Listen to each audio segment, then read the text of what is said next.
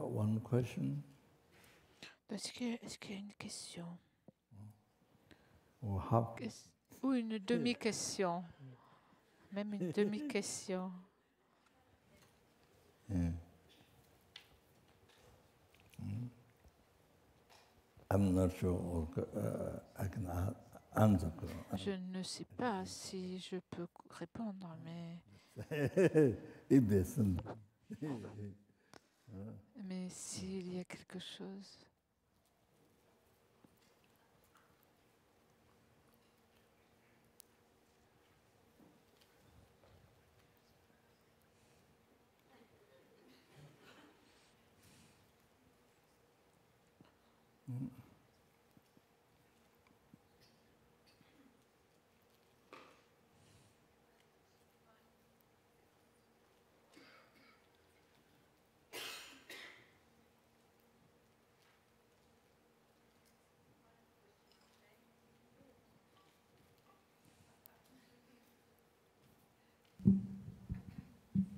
I have a question, Rinpoche. Yeah. How should we view ourselves as we sit here listening to your teachings? Donc la question c'est comment devrions-nous nous considérer nous-mêmes alors que nous sommes en train d'écouter vos enseignements, pendant les enseignements, comment devrions-nous nous voir nous-mêmes? Pendant les enseignements, dit Rinpoche, oui, pendant que nous écoutons. Rinpoche, ça le fait rire.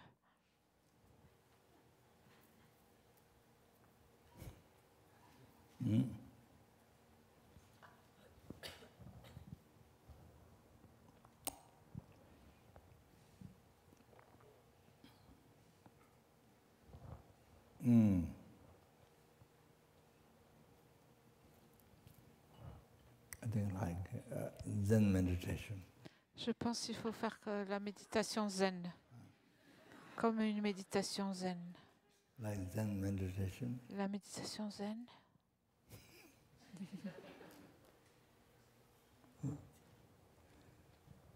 There's no I. Il n'y a pas de je qui écoute les enseignements. There's no I listening to teaching. There's no I. Il n'y a pas de je qui écoute. Il n'y a pas de je à qui l'enseignement est donné.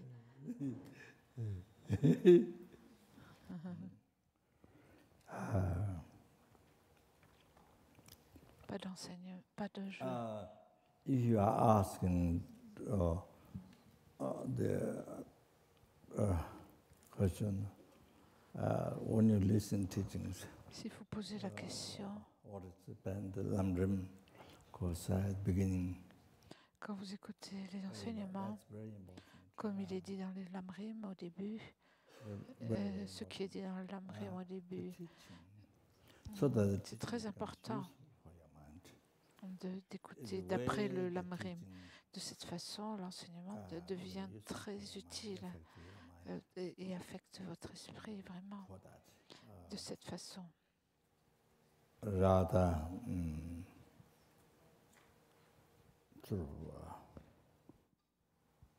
listening music.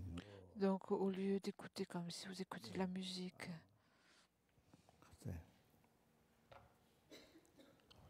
something. I mean, listening. Vous écoutez. Story of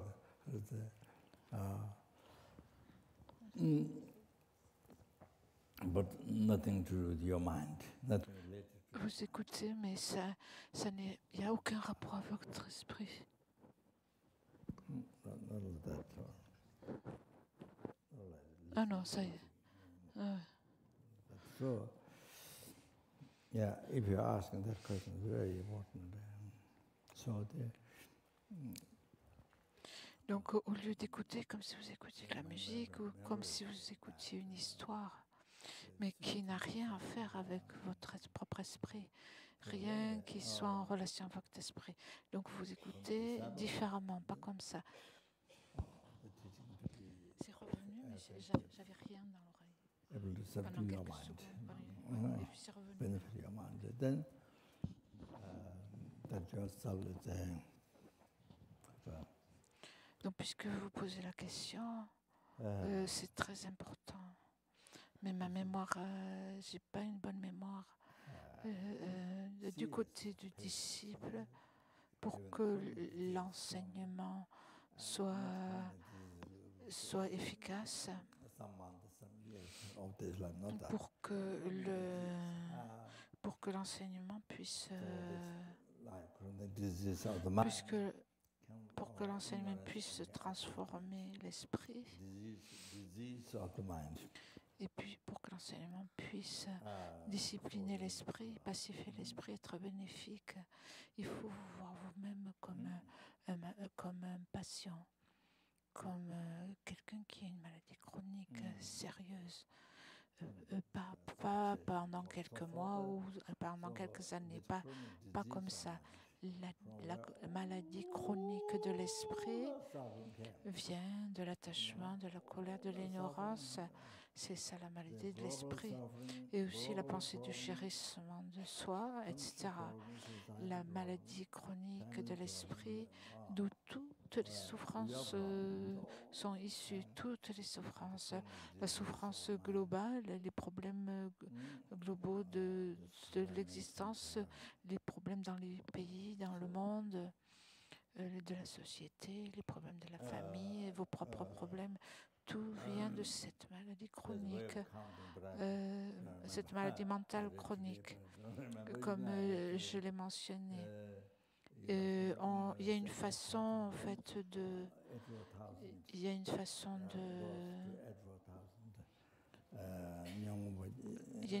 de compter 84 000 perturbations. Previous life, chronic disease, mind came from previous. Because what happened is because continuation of previous life. Et donc, il y a une façon de compter, mais j'ai oublié de l'ignorance. À partir de l'ignorance, de la colère, de l'attachement, il y a 84 000 perturbations. Donc, celles de cette vie viennent de la vie passée, la maladie chronique de l'esprit de la vie passée est venue de celle qui a précédé, etc. Pourquoi c'est comme ça? C'est à cause de la continuation, la continuité de cette maladie chronique qui vient des vies passées. Ce que le Bouddha a enseigné, les 4 nobles vérités, vous n'avez jamais réalisé, vous n'avez jamais vraiment actualisé. Depuis des vies sans commencement, ça a continué, en fait, ça vient de vie sans commencement, en continuité. Vous n'avez jamais réalisé la souffrance véritable, la vraie cause de la souffrance, le véritable sentier. Vous n'avez jamais actualisé, réalisé ce que le Bouddha a enseigné. Donc c'est quelque chose qui ne s'est jamais Never experienced. vous n'avez jamais fait l'expérience. Amazing. I don't know, maybe not amazing. Amazing Donc vous n'avez jamais fait cette expérience de la sagesse ultime qui réalise directement la vacuité. Jamais. Et ce qui fait cesser les graines des perturbations et qui fait que vous actualisez la cessation de la souffrance, le nirvana, la cessation de toutes les souffrances. Ça ne s'est jamais passé. Depuis des vies sans commencement, cette maladie chronique a continué sans commencement, sans début, depuis des vies sans commencement. Ça ne s'est jamais passé. Vous n'avez jamais fait l'expérience, ça n'est jamais arrivé. C'est incroyable, incroyable. C'est pas incroyable. Je dis toujours incroyable de la mauvaise façon. Je ne sais pas comment on dit en anglais. Je ne connais pas le mot. Je ne connais pas le mot qui correspondrait, qui serait exact. Ce que je dis je veux le dire en tibétain, la maquin. La maquin, ça veut dire puisse le gourou comprendre. La maquin. Vous n'avez jamais actualisé. So very fear patients. Jamais concrétisé, en fait, jamais actualisé. Les 4 nobles vérités, les véritables sentiers, ça ne s'est jamais passé. Et pour arriver à faire cesser les souffrances, ça n'est jamais arrivé. Jusqu'à présent, nous avons fait l'expérience des océans, des 6 mondes de souffrance, des fois, d'innombrables fois, sans début dans la vie du samsara. Donc nous sommes comme un malade sérieux. Et l'enseignement, c'est la seule médecine qui peut nous guérir, qui peut arrêter cette maladie chronique qui vient de vie sans commencement, de renaissance samsarique. Pour complètement guérir cela, il n'y a que le Dharma, rien d'autre. Vous ne pouvez pas faire une opération, aller à l'hôpital et demander... vous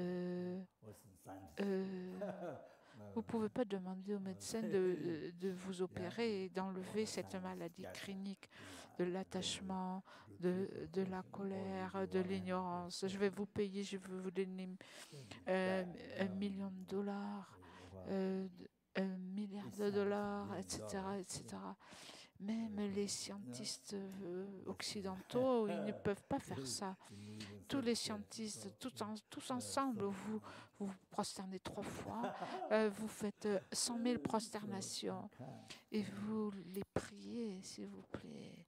À chacun, vous donnez des milliards de dollars et vous leur demandez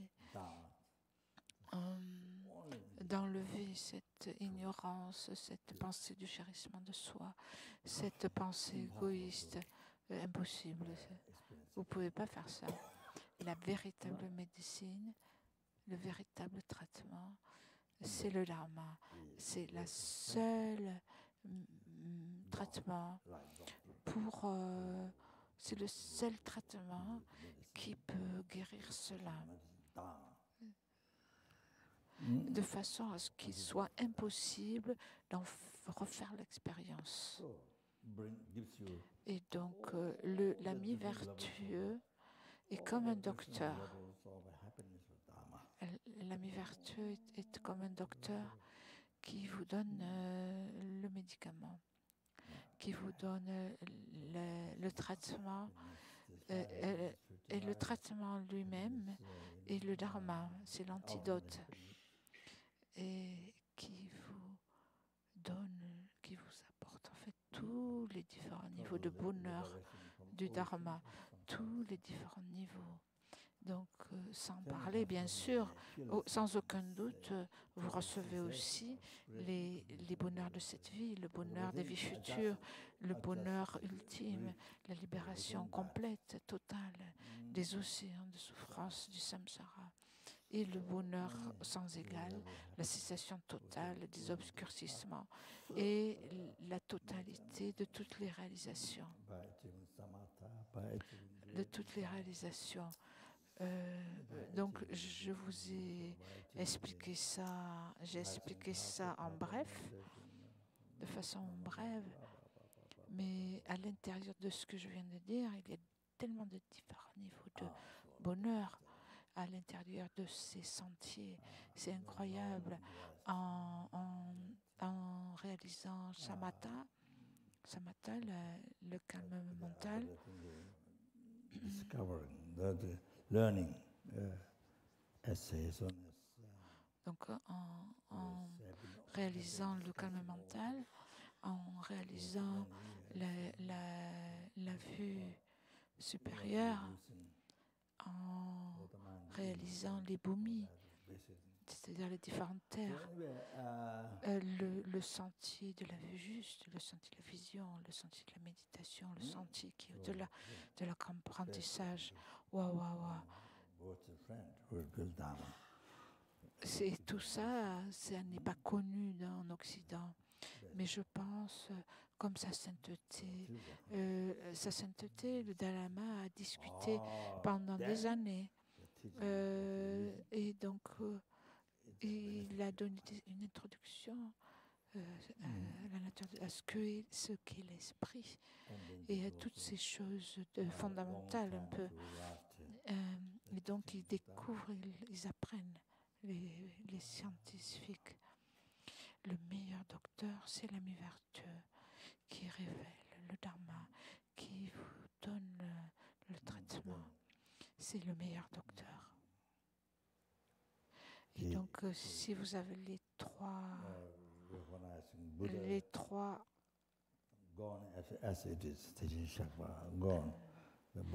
reconnaissances, si vous avez les trois reconnaissances,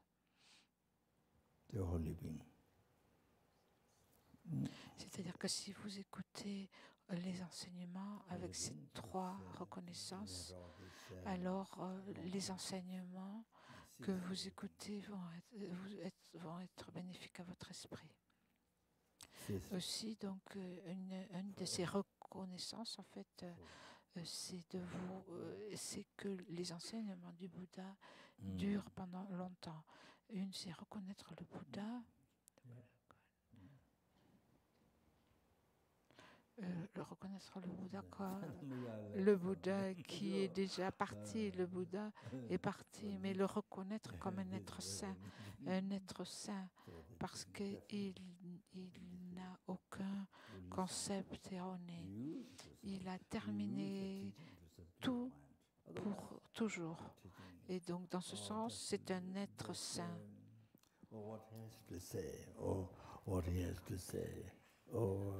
Sort of information, or just kind of like that, So you see, the way you listen to teaching is kachide. Tibetan, it's kachide. So outward, not inwardly listen. Peut-être j'ai oublié quelque chose, je ne suis pas sûre. Peut-être j'ai oublié quelque chose. Il faut ces reconnaissances, ces identifications. Vous utilisez les enseignements pour pacifier, pour discipliner votre esprit.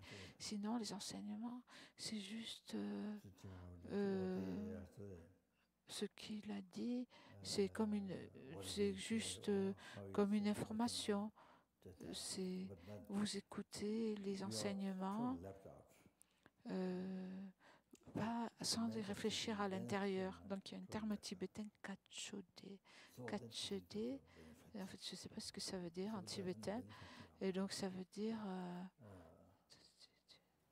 c'est-à-dire écouter d'une manière extérieure, mais pas intérieure, en fait ne pas intérioriser, sans contempler quelque part à l'intérieur. Yes, very much the question. Et donc ça veut dire vous ne reliez pas l'enseignement, vous restez, vous vous impliquez pas dans l'enseignement. Et donc l'enseignement, c'est juste une information, quelque chose qui dit. Mais vous, vous êtes séparés de ça. Et donc, pour que les enseignements soient bénéfiques à votre esprit, de ça, rendre les esprits, rendre l'enseignement bénéfique pour qu'il puisse vous servir, en fait, il n'y a rien de ça. Ça, on oublie. L'enseignement ne vous est pas bénéfique. C'est très important, cette question. Donc, cette question est très importante.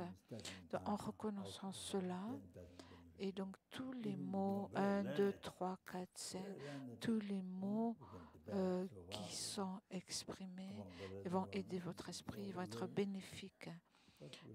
Et cela, ça vient de votre façon d'écouter les enseignements. De façon, c'est-à-dire vous étudiez, vous écoutez à l'intérieur, pas juste à l'extérieur. Vous écoutez, vous étudiez les enseignements. Si vous faites ça juste comme quelque chose qui reste à l'extérieur, ça n'est pas très bénéfique. Même si vous pouvez débattre, même si vous accumulez beaucoup de connaissances, vous êtes savant, mais vous pouvez débattre avec de nombreuses personnes, mais votre esprit ne change pas. Et même, il empire. Il devient pire qu'avant de rencontrer le Dharma. Si vous écoutez de façon extérieure. Sorry to mention this. A long time ago in Nalanda, there happened monk who studied so much subject.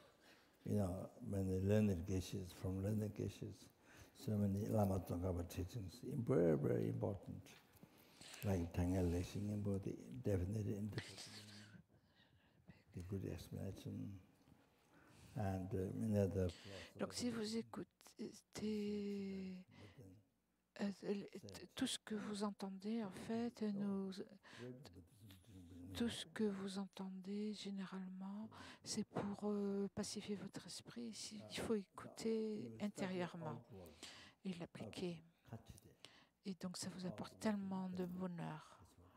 Le bonheur intérieur, la satisfaction, le bonheur intérieur.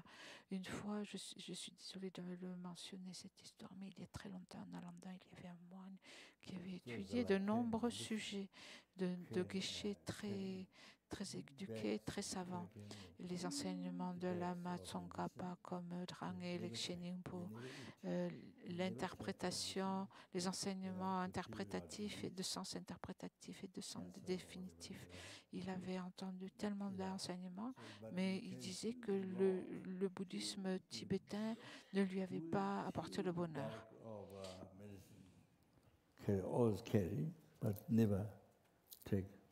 Donc, c'est ce qui se passe si vous étudiez juste extérieurement. C'est ce qui se passe. C'est comme si vous portiez un grand sac de médicaments, un énorme sac de médicaments, mais vous ne prenez jamais les médicaments qui vont permettre de guérir votre maladie, votre cancer ou quoi que soit, quelle que soit votre maladie. Vous portez cette charge énorme, ce sac de médicaments énorme. Vous le portez, mais vous ne prenez jamais rien qui vous guérirait. C'est comme ça. Une autre question. What you think about Donald Trump? Rinpoche, qu'est-ce que vous pensez de Donald Trump?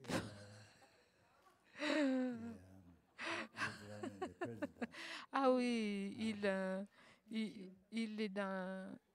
c'est un candidat pour être président. Hein?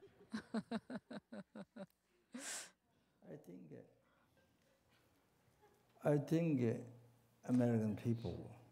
Je pense que les Américains, if they have much merit, then you will have a good leader.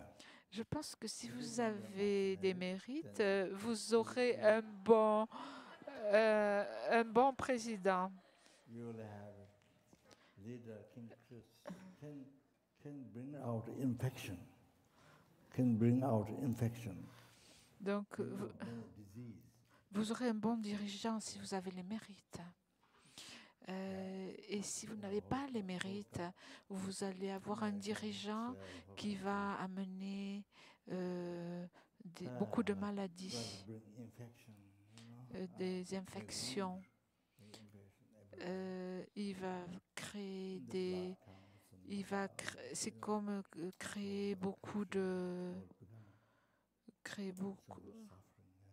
C'est comme si vous créez de nombreux...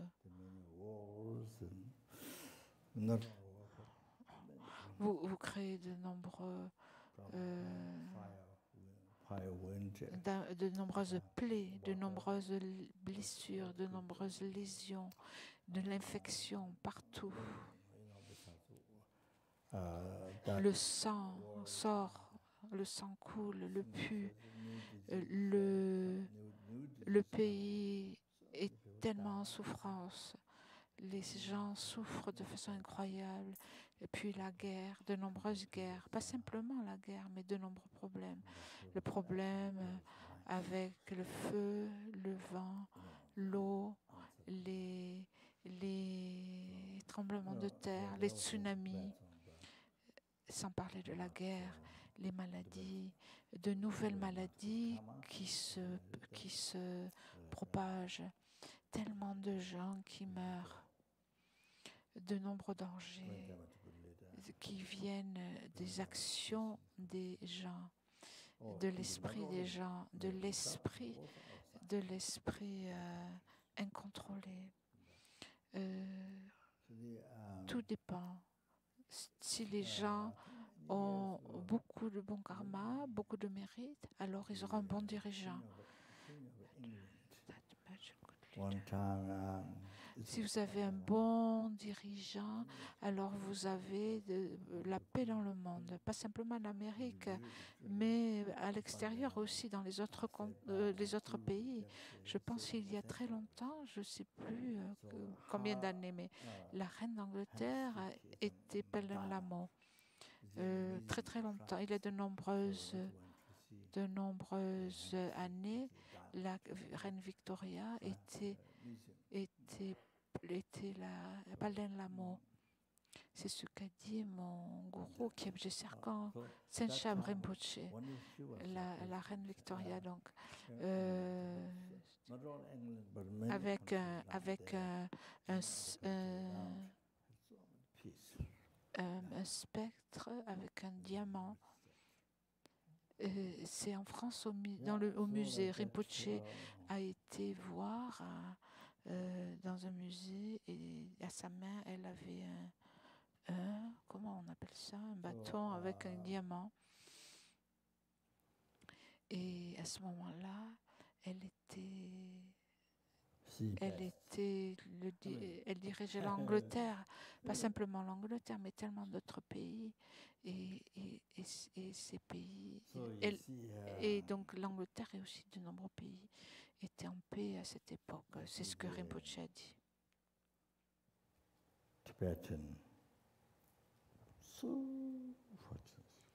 Si vous considérez les Tibétains, on a tellement de chance d'avoir sa sainteté comme dirigeant. Incroyable. Et pas simplement pas simplement le 14e. C'est incroyable, incroyable. La façon dont il a dirigé, il a guidé le Tibet.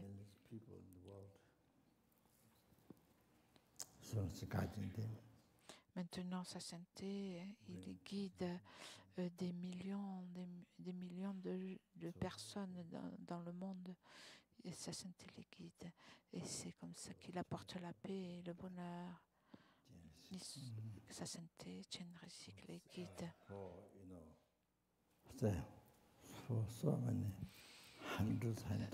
Et donc les Tibétains sont guidés par Chenrezig depuis des centaines d'années. On a tellement de chance. Même les... The father, the Lama, His Holiness. So Genesis. All the Buddha's compassion, manifested Genesis.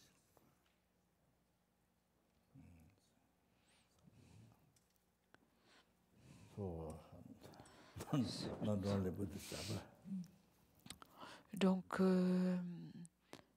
le lama ou le dirigeant du pays, le lama, c'est sa sainteté, c'est incroyable, Chenrezig. Toute la compassion des Bouddhas qui se manifeste comme Chenrezig. C'est pas simplement un Bouddha, mais un Bouddha. Je me souviens d'une chose, c'est ça qui me fait rire. In South India, Ça peut avoir l'air bizarre, mais en Inde, dans l'Inde du Sud, c'est juste une histoire.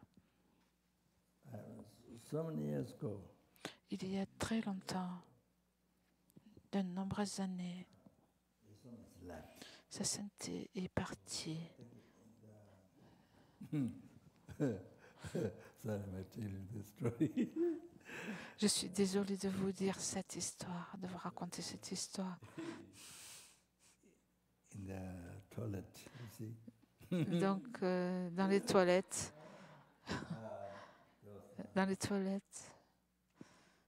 il y avait un homme. Hein, non, pas un homme. On appelle ça sokyab, du caca béni dans les toilettes, dans le bol des WC. En fait, il restait du caca. Ah. Et donc les gardes, ils ne savaient pas quoi faire. Les gardes du corps, on ne savait pas quoi en faire. Mais Kandrola est venue. C'est une jeune femme tibétaine du Kham. Elle est venue en Inde. Et donc, elle s'est rendue au monastère de Tachilampo, le monastère de Panchen Rinpoche. De là, elle s'est rendue, ça c'est au Tibet, donc, elle s'est rendue au Mont Kalash. Et elle dit, elle ne connaissait rien. Elle ne savait même pas qu'il y avait 4 écoles dans le bouddhisme tibétain. Elle dit, elle ne savait rien.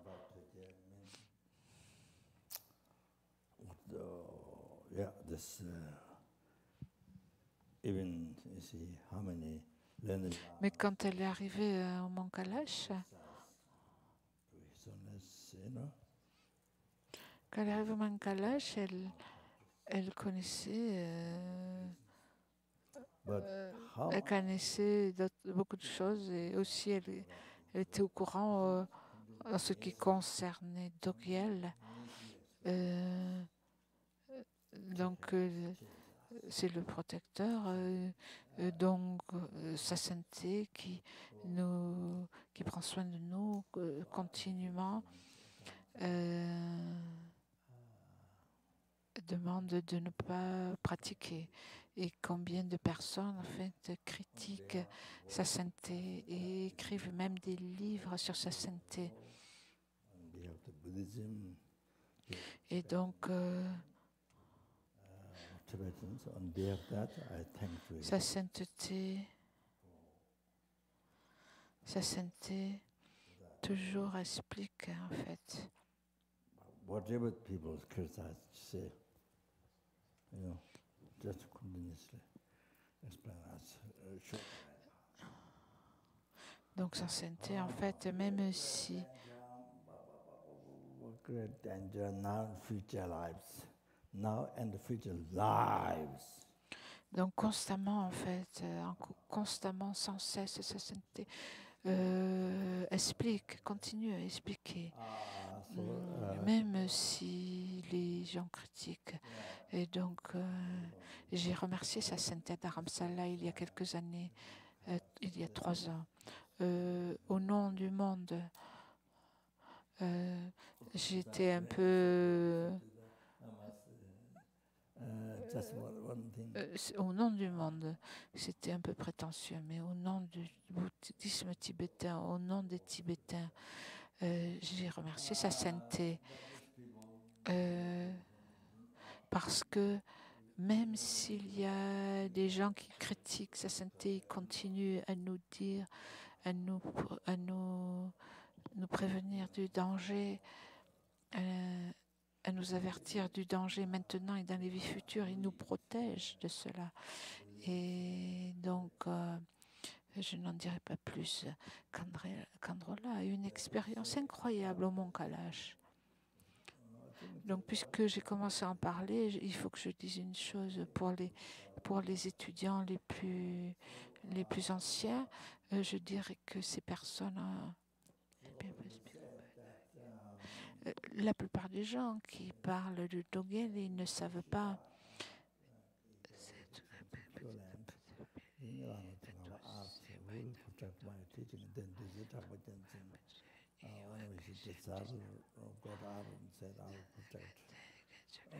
So it's then it's believed as Tapo Te Chang said, this is killed by the Tibetan governor. Et donc il s'agit de Tarpo Dorje Chang et de Pabongka Rinpoche qui étaient gourou et disciples. Et il est dit donc à Tushita, à la terre pure de Ganden Yigat Chödzing, la Matsongkhapa a demandé qui c'est qui va protéger mes enseignements. Et donc quelqu'un s'est levé et a dit qu'il protégerait les enseignements, et il est dit que c'était Tarpo Dorje Chang. Et donc, il est dit que c'est quelqu'un qui a été tué par le gouvernement tibétain, quelqu'un qui s'appelait Drapa Gyaltsen.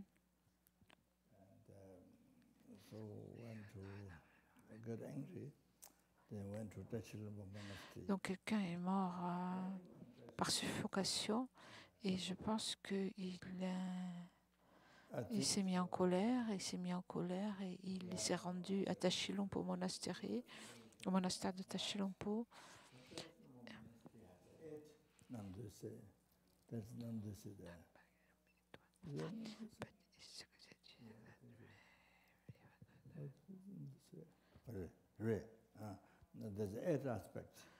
c'est quelqu'un qui prétendait être Drapa Gyaltsen. Et donc, il s'est rendu à Tashilhunpo au monastère, et quand il est rentré, en fait,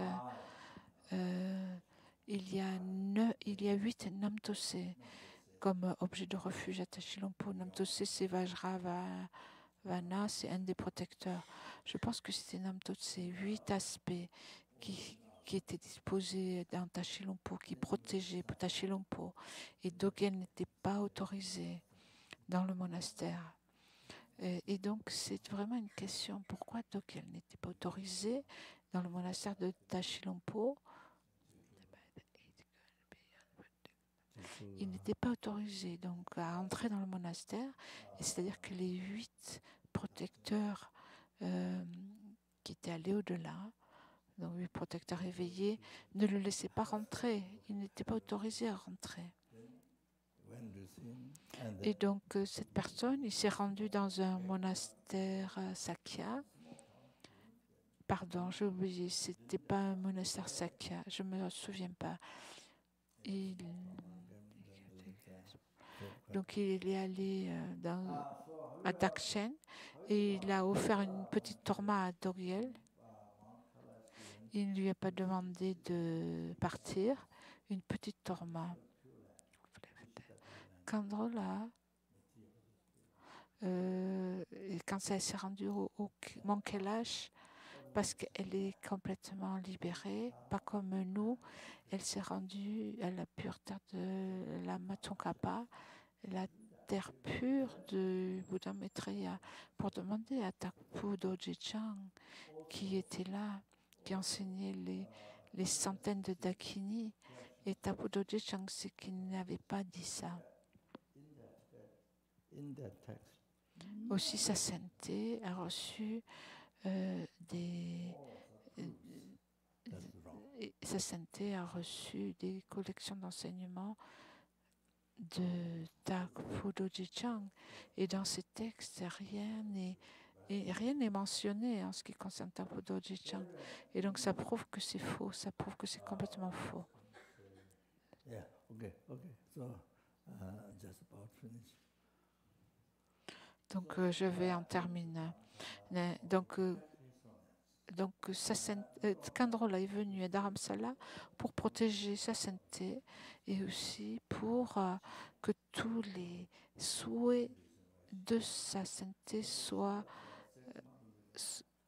remplis.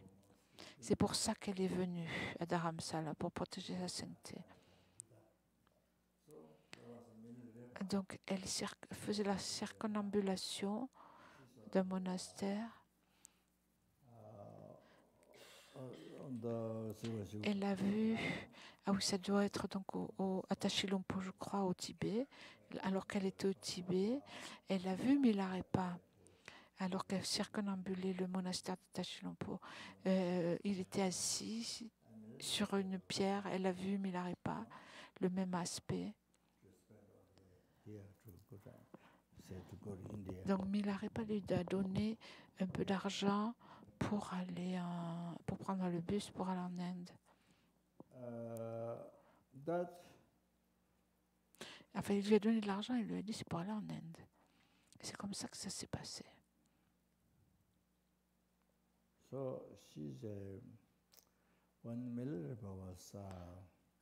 Donc quand Milarepa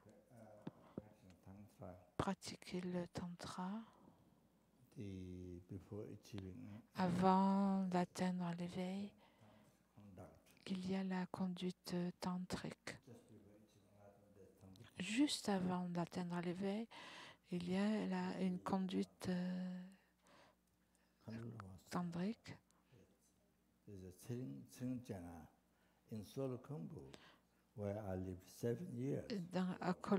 À Solukhombu, là où j'ai à Rowaling, où j'ai vécu 7 ans, les gens sont assez primitifs.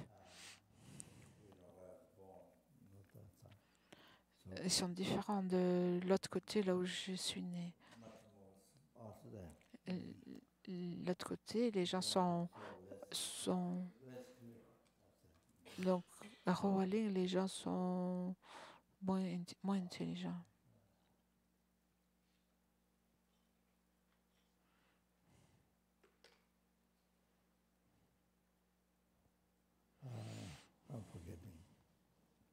Kandrola. Alors que je dis l'histoire et en même temps j'oublie. Donc à Rowaling, on a 5 montagnes à Rowaling, 5 montagnes enneigées.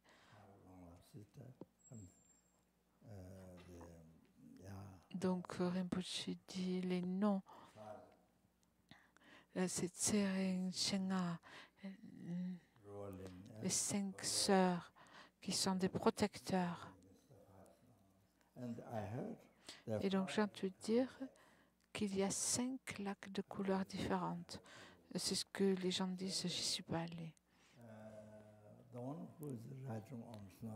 Et alors, 5 sœurs, en fait, qui sont 5 montagnes, qui sont des protecteurs. Et donc, celles qui chevauchent...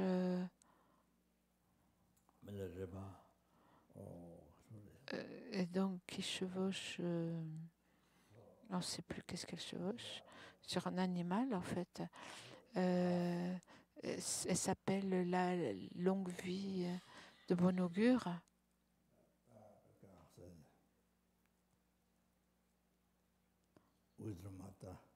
Et donc c'est la mère de sagesse de Milarepa. On dit que c'est la mère tantrique, la mère de sagesse de Milarepa, avec qui il s'est engagé dans la conduite tantrique pour achever le sentier. Je ne me souviens pas combien d'années, combien de centaines d'années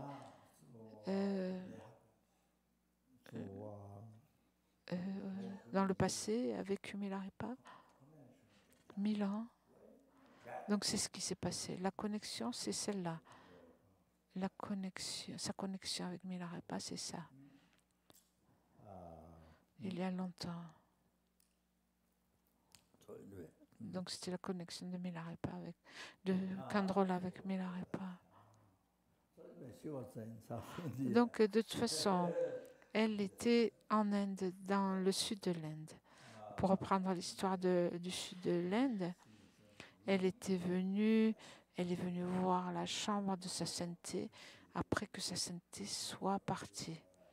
Elle est venue visiter, faire des prosternations au lit de sa sainteté. Et donc dans les toilettes, dans le bol des toilettes, il y avait du caca sacré. Il restait des excréments de sa sainteté. Et les gardes du corps ne savaient pas quoi en faire.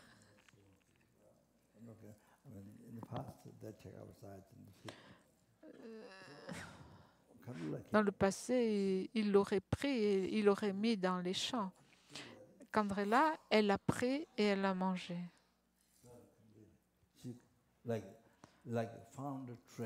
Comme si elle avait trouvé un précieux trésor.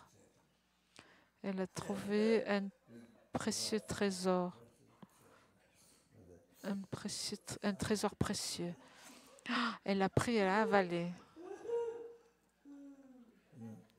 Tellement contente. Et les gardes du corps, ils étaient tellement surpris.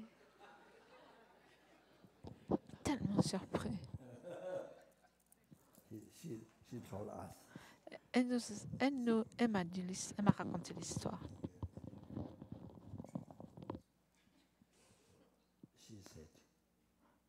Peut-être 2 fois.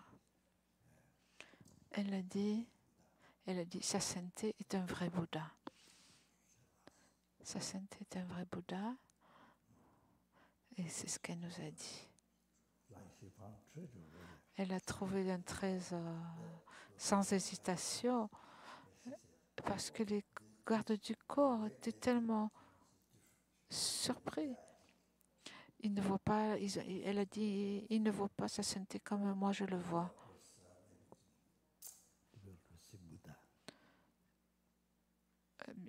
Donc, c'est-à-dire que pour les gardes du corps, ils ne pouvaient pas le voir comme un Bouddha. Il était Bouddha, mais c'était difficile de le voir comme un Bouddha. Bien sûr, Bouddha Shakyamuni, il a atteint l'éveil. Il y a des périodes cosmiques innombrables. Mais le moine Gelong Lekpekama, qui servait le Bouddha pendant 22 ans, une fois, ils sont allés pour mendier, en fait. Et donc, en fait, l'histoire a commencé comme ça.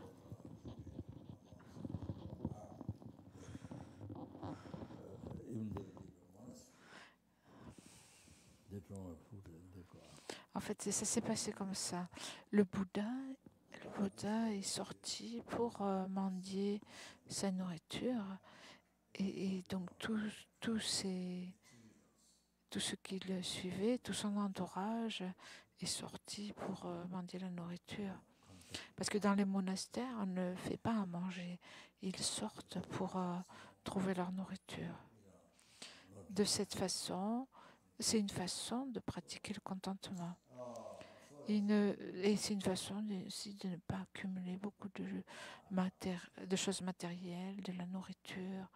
Et donc, c'est une vie simple, une vie de contentement, de vivre dans le contentement sans désir.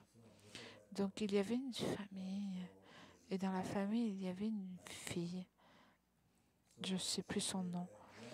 Et lorsque le Bouddha est sorti, elle a donné une poignée de grains. Elle l'a offert dans le bol du Bouddha. Et à partir de là, le Bouddha a prédit que grâce à cette action, elle renaîtrait en tant que Bouddha, qui s'appelle Semepe Tsangye, et dont le Gelong Lekpekama était vraiment surpris. Et il pensait que le Bouddha l'avait flatté, parce que en disant que elle deviendrait Bouddha juste à partir de ce karma, de cette action d'offrir une poignée de grains, et il pensait que le Bouddha exagérait et qu'il la flattait.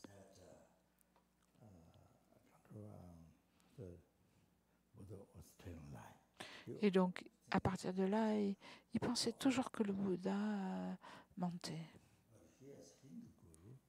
Mais il avait un gourou hindou et il avait plus foi, davantage de foi envers le gourou hindou. Donc c'était son karma. Pendant 22 ans, même s'il a servi pendant 22 ans, il ne le voyait pas comme un Bouddha qui avait fait cesser tous les obscurcissements et qui avait achevé toutes les réalisations. Il ne regardait pas le Bouddha comme ça, comme un Sangye. Il voyait toujours le Bouddha comme un menteur, en fait. Donc, c'est parce que, en fait, c'est la façon dont il le regardait, et c'est comme ça qu'il le voyait, comme un menteur.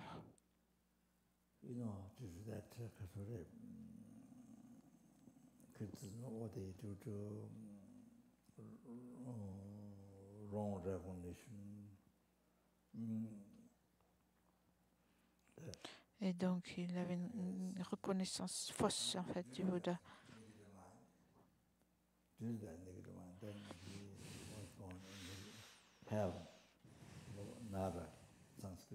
Donc, à cause de ce karma négatif, de critiquer le Bouddha, à cause de cette hérésie, à cause de cet esprit négatif, il renaquit dans les naraks, dans les enfers.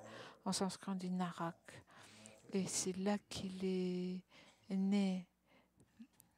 Même en dépit du fait qu'il avait servi le Bouddha pendant 22 ans, il n'avait jamais vu comme un Bouddha.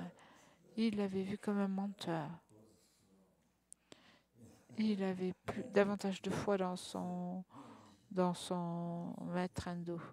Et donc, vous comprenez, les gardes du corps, ils ne voyaient pas sa sainteté comme un Bouddha. Kandrola, elle le voyait comme ça.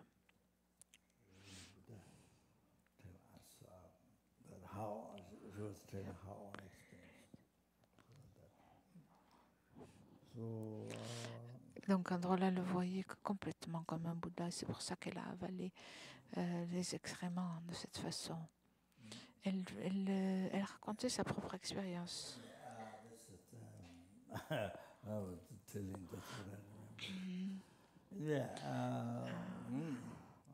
Donc j'ai raconté ça juste parce que je m'en suis souvenu.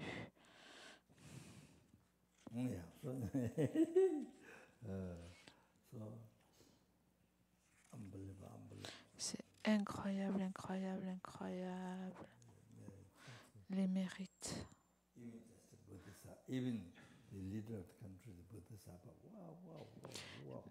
Incroyable, même si le dirigeant du pays est un bodhisattva qui n'a pas de pensée de chérissement de soi, de chérir soi-même. Incroyable, même juste un bodhisattva, sans parler d'un Bouddha. Incroyable. Et maintenant, pour les Tibétains, Sassanta, c'est un Bouddha.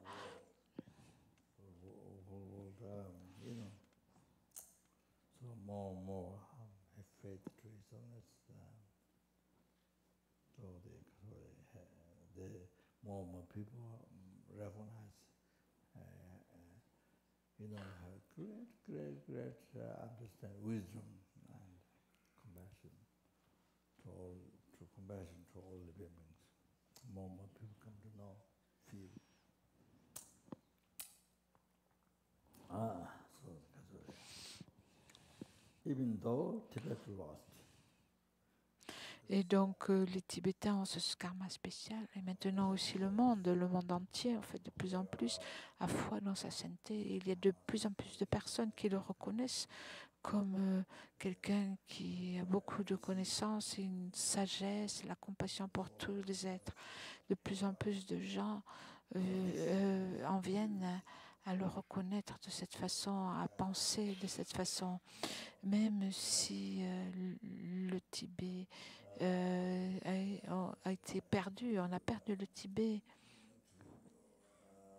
On a perdu le Tibet parce que pendant de nombreuses années, le gouvernement et les gens ont créé beaucoup de karma négatif. Ils n'ont pas suivi les conseils de sa sainteté. Pas le Dalai Lama présent, mais les Dalai Lama passés. C'est à cause de ça. Et il ne faut pas que je n'ai pas besoin de raconter tout ça. C'est difficile pour vous de comprendre tout ça. Mais dans le passé, le 13e Dalai Lama a donné des conseils. Ils n'ont pas suivi les conseils de sa sainteté. Et du karma négatif a été créé en relation avec sa sainteté. Peut-être par les gens du gouvernement.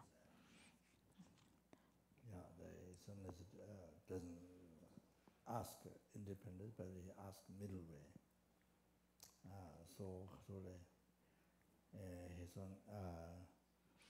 Donc par les représentants du gouvernement qui ont créé beaucoup de karma négatif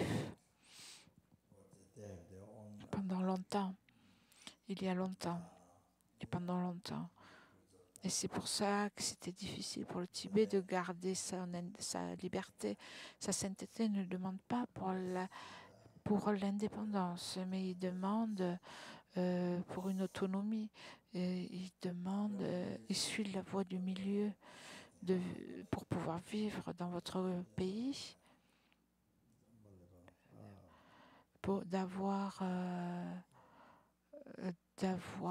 de rester à l'intérieur avec les Chinois, mais d'avoir leur propre liberté de pratiquer le Dharma, de préserver le Dharma, mais que la terre en fait soit protégée par la Chine. Donc, mais la Chine n'écoute pas, rien ne se passe. C'est incroyable. Bien sûr, sa sainteté, il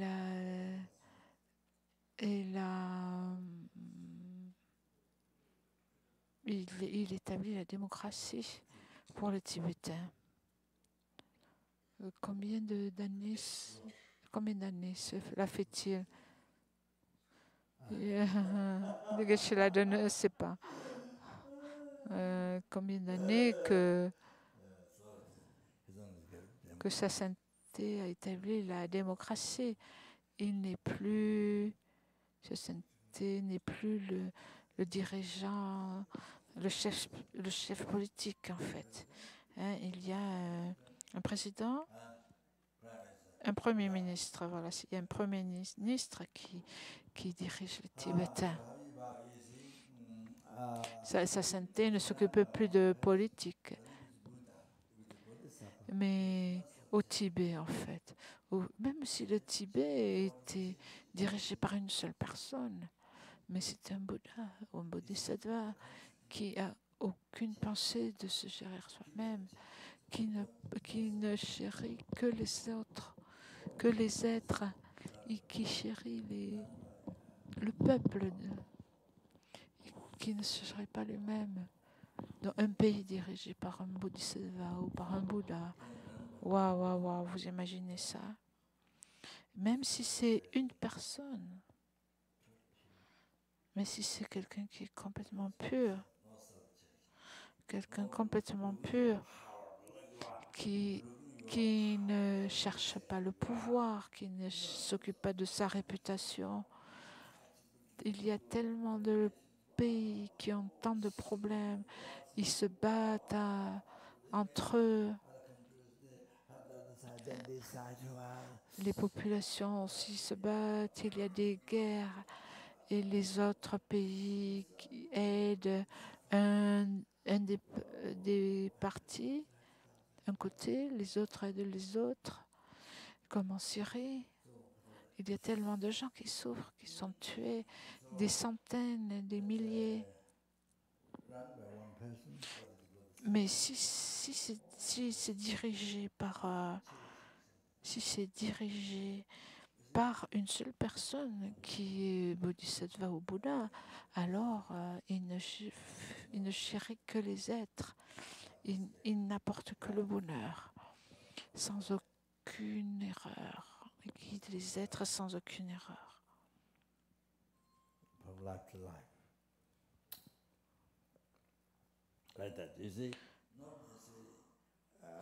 Donc, il guide les êtres de vie après vie, sans aucune erreur. En Occident, on parle de démocratie, mais la démocratie, ça peut être bien bon, mais ça peut être mauvais aussi. Si les gens n'ont pas la sagesse et la compassion, la démocratie, c'est très mauvais.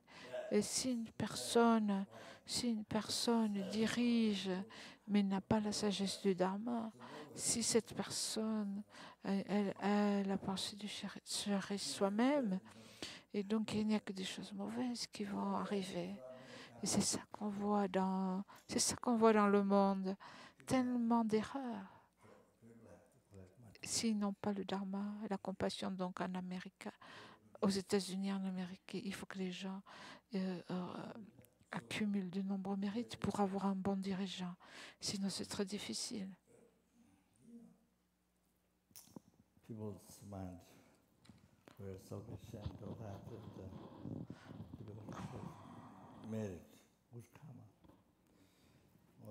Donc les gens sont très égoïstes.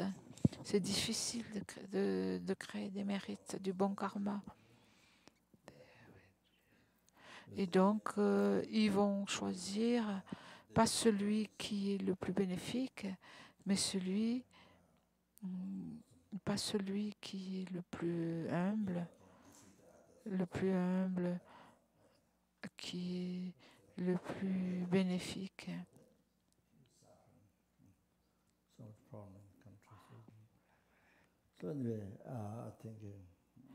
Et donc, ils vont choisir celui qui peut battre les autres, mais plus tard, il y aura des souffrances immenses. Tellement de problèmes dans le pays. Il faut prier. J'ai un passeport américain. Rinpoche a la nationalité.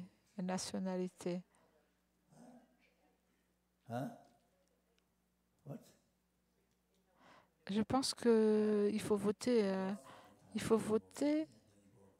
Une fois, il y a eu un vote des élections, mais je n'ai pas voté. Je n'ai pas voté parce que si vous votez,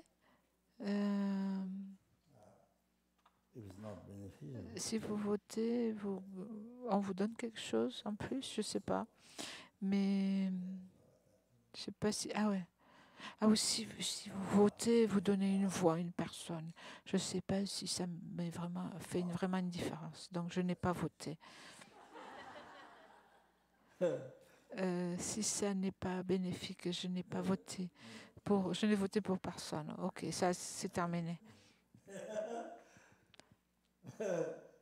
Donc il reste 10 minutes. Bon.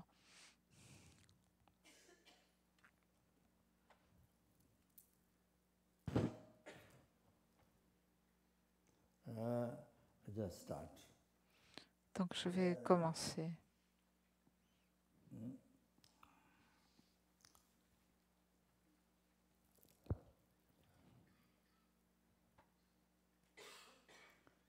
So,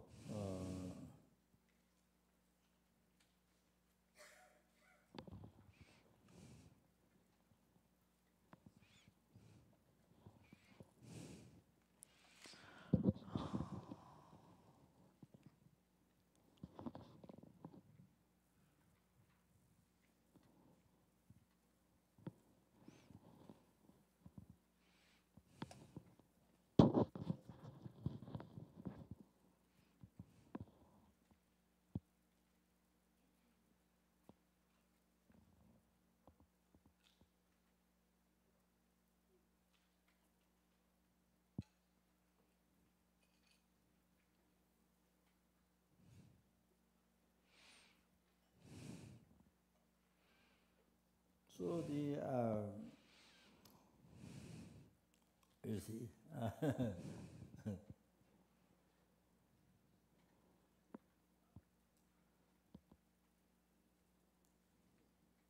the Manjushri, all the Buddha's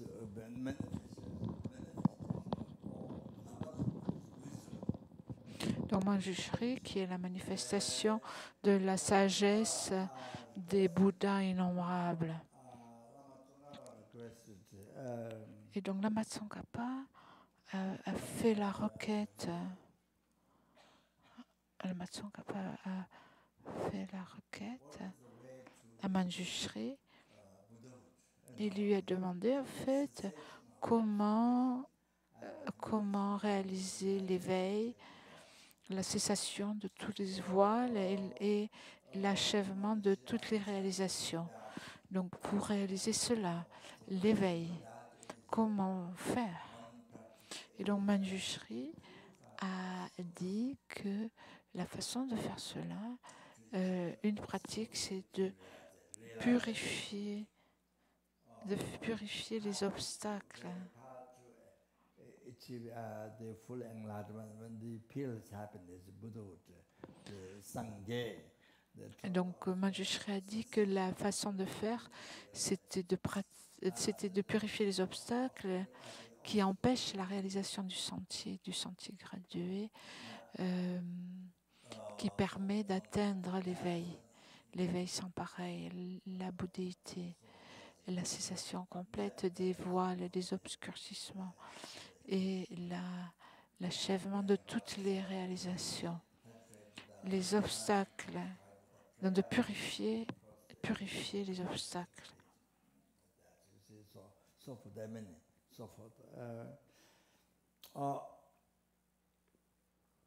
Is it with the compassion, you know, working. Donc purifier les obstacles, une pratique pour faire cela, une pratique. D'habitude, on fait la méditation de Vajrasattva, les 35 Bouddhas, on récite la prière des 35 Bouddhas et si c'est possible, on fait des prosternations. Il y a de nombreuses méthodes. Donc, avec compassion, on travaille très dur pour les autres, on sert les autres êtres, pas simplement les gens, mais aussi les animaux, vous comprenez? On supporte des épreuves, ça purifie du karma négatif et les obscurcissements. On fait la même chose aussi pour la sangha. On supporte les difficultés. On offre nos services à la sangha et également pour le maître, pour le gourou. On supporte les épreuves, les difficultés pour suivre les conseils du maître, pour offrir nos services au maître. Et ça, c'est c'est l'objet le plus élevé et de là vient la plus grande purification. Et donc ensuite aussi, on accumule des mérites. On accumule les mérites. C'est ce que dit Manjushri, de réunir des mérites très nombreux, des offrandes, l'offrande générale du mandala, par exemple, pour accumuler des grands mérites envers le champ de mérite, le maître, votre maître. Et les exemples que j'ai donnés par avant, donc on accumule des mérites en suivant le conseil du maître et en remplissant ses souhaits.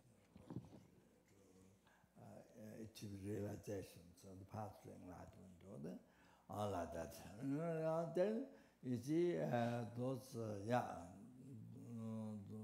those conditions, and then actual body is the meditation on the path to enlightenment. So if you do well, then you are able to quickly actualize the path to enlightenment. Quickly. Although this is the answer from. Et donc, de façon concentrée, faire des requêtes au maître en considérant votre maître comme étant le Bouddha de votre propre côté. Vous faites des requêtes à un point pour recevoir toutes les réalisations du sentier vers l'éveil. Ce sont les conditions. Et donc, le corps lui-même médite sur le sentier de l'éveil. Et si vous faites toutes ces choses correctement, vous pouvez actualiser, réaliser rapidement le sentier vers l'éveil. C'est ça la réponse de Manjushri, qui est la manifestation de la sagesse de tous les Bouddhas. Et c'est sa réponse à la Matsongkhapa qui lui a demandé comment atteindre l'éveil complet. Et donc la Matsongkhapa a expliqué, il est tellement important d'accumuler les mérites et de purifier les obscurcissements. Pourquoi c'est tellement important? La Matsongkhapa a dit, quand vous écoutez les enseignements, même si vous ne comprenez pas, même si vous ne pouvez pas suivre ce qui est dit, vous essayez de penser au Dharma, mais vous ne comprenez pas le sens. Vous essayez de penser, mais vous ne comprenez pas ce qui est dit. C'est tellement difficile, c'est tellement difficile. C'est pas tout le monde, mais quelques personnes, lorsqu'ils écoutent, ils sont capables de suivre ce qui est dit tellement facilement. Tout ce qui est dit, tous les mots, ils se souviennent de tous les mots. Et lorsqu'ils réfléchissent à l'enseignement, ils comprennent le sens. Il y a des gens comme ça. Donc il y a des gens comme ça, mais il y a des gens qui sont complètement à l'opposé. Et donc lorsque vous méditez, si par exemple vous méditez et que vous ne ressentez rien du tout, il n'y a aucune réalisation qui vienne à l'esprit. Mais pour d'autres personnes, c'est le contraire. Les réalisations viennent tellement facilement lorsqu'ils méditent. C'est tellement facile de changer leur esprit. De cette façon, l'esprit... donc le pouvoir de l'esprit, pour certaines personnes,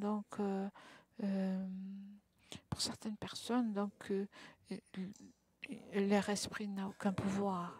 Et donc, c'est très difficile pour elles. Ce qu'il faut faire à ce moment-là, il faut s'en remettre au champ de mérite. Donc, dans le champ de mérite,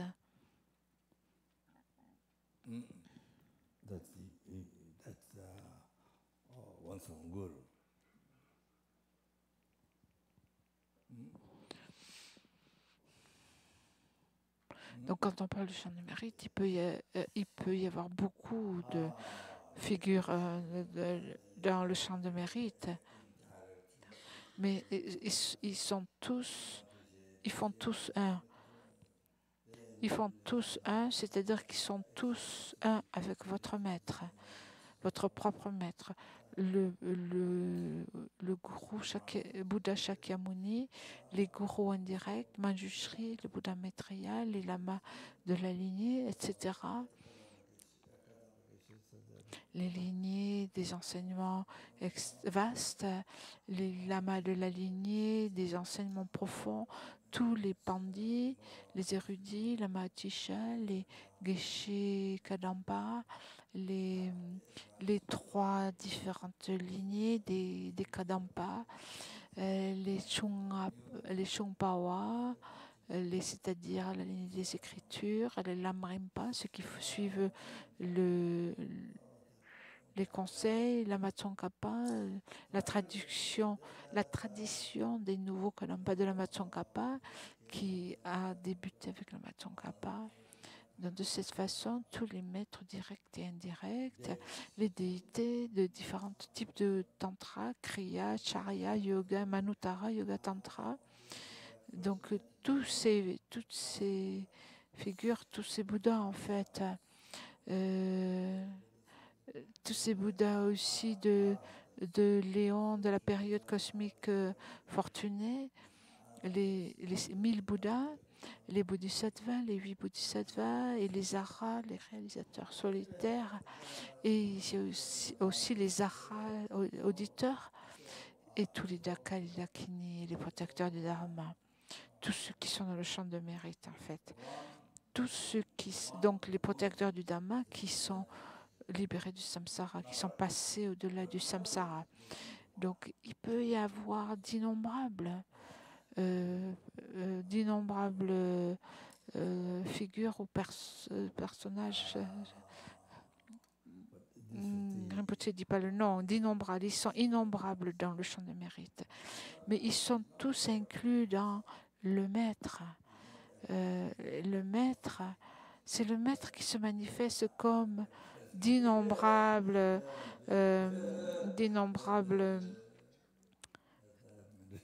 sujets en fait. C'est comme ça qu'il faut méditer. Mais là, vous comprenez, je ne me fais pas de la publicité pour moi-même. Ne pensez pas ça. Je ne fais pas ma propre publicité. Ça, c'est la méditation. Comment il faut méditer? C'est la méditation. Il faut méditer en comprenant cela, le champ de mérite. Et donc, il faut vous en remettre au pouvoir du champ de mérite. C'est ça le conseil véritable, le conseil actuel.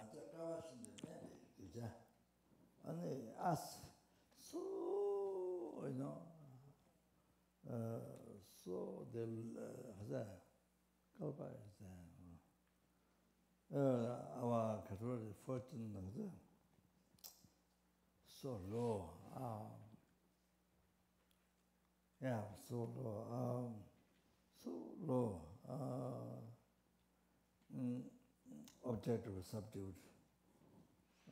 Then we are so like waves, the ocean. Et ensuite, nous, il y a nous.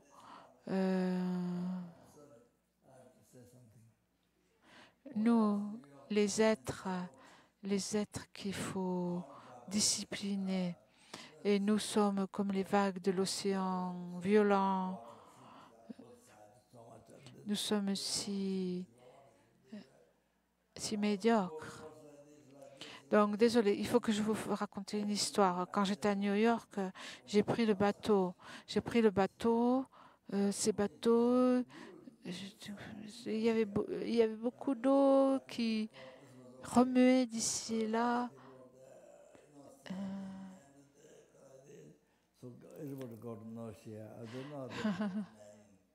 Donc, ça remuait beaucoup. Il y avait beaucoup de turbulences.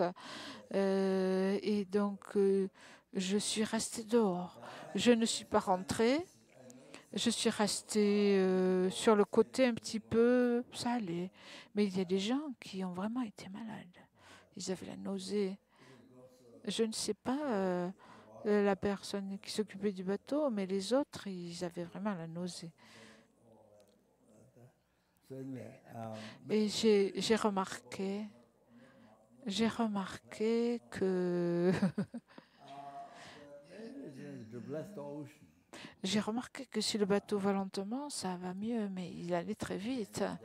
La raison pour laquelle je suis allée sur le bateau, c'est pas pour mon plaisir. La raison principale, c'était pour bénir l'océan avec la déité Namgyalma. C'est une déité de longue vie. En Californie, on a fait un moule en fait avec je crois que c'est, en fait, je sais pas trop ce que c'est, mais c'est un objet en fait dans lequel il y a des mantras de Namgyalma. On a fait ça en Californie. Je pensais que ça allait flotter sur l'eau, mais ça a coulé en fait. Et donc j'ai pensé que si on a quelque chose en plastique, ça resterait peut-être. Et donc on en a fait 10, il y en a un qui a coulé.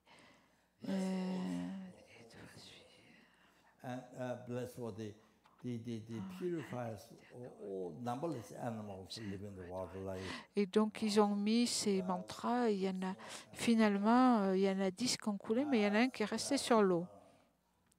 Et donc c'est bien parce que comme ça peut bénir tout l'océan Pacifique. Et donc les animaux qui vivent dans l'eau, les animaux qui sont grands comme des baleines et les tout petits aussi qu'on ne peut pas voir avec nos yeux. Tous, en fait, ça purifie leur karma négatif. Et on a fait des prières pour eux, pour qu'ils puissent rencontrer le Dharma et pour qu'ils puissent finalement atteindre l'éveil. Et aussi pour les gens qui vont dans l'eau, les êtres qui la boivent, les gens qui jouent dedans, pour que tout soit purifié, pour que tous, pour être bénéfique, leur être bénéfique. C'était la raison principale d'aller sur le bateau. Donc le mantra de Namgyalma, c'est une protection incroyable. Et donc c'est ce qu'on a fait. On a amené plusieurs bouteilles qui sont bénies. On les a bénies pendant plusieurs semaines. On a jeté l'eau dans l'océan. Et donc je savais bien comment c'était d'être sur le bateau, d'être remué comme ça. Mais bon, peu importe.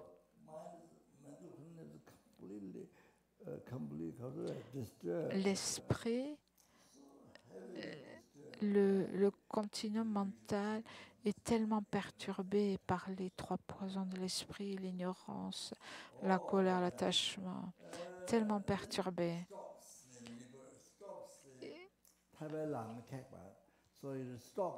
Et cela empêche et ça arrête le sentier qui mène à la libération.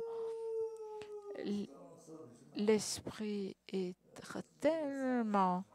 rempli de tellement d'égoïsme.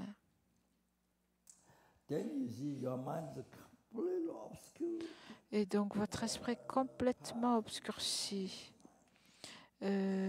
Complètement obscurci en ce qui concerne le sentier qui permet d'atteindre l'omniscience, l'éveil.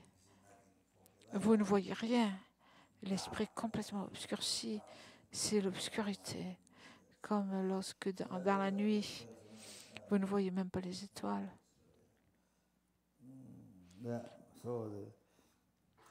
Et donc l'esprit est comme ça.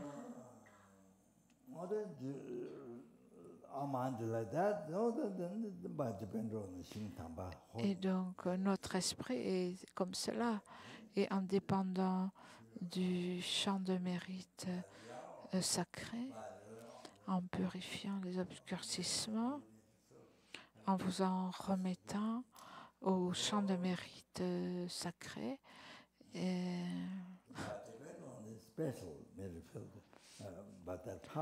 donc ce champ de mérite qui en est censé le mettre en dépendant de ce champ de mérite spécial, en dépendant de ce pouvoir. Vous pouvez réaliser l'esprit omniscient, l'éveil, le sentier pur. Voilà. Je vais en rester là.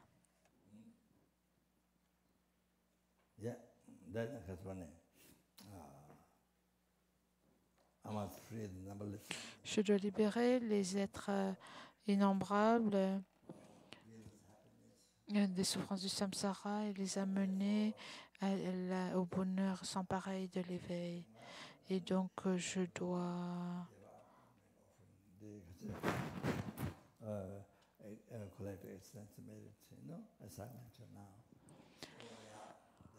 les amener à l'éveil et donc je dois atteindre l'éveil et donc je vais faire des offrandes vastes pour accumuler des grands mérites, comme je l'ai dit. Et donc on offre la nourriture. Om Ahom, Om Ahom, Om Ahom.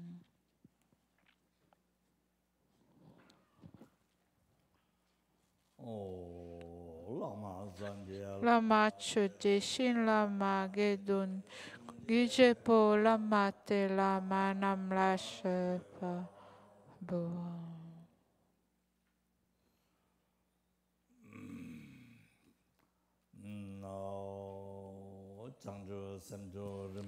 Chemake Panam Kegu Kipanyam Pame Payangam Gundu Washu Nyududa Lama Sangye Dugyone Doa Shi Kyamal De Isa Lagpa Sho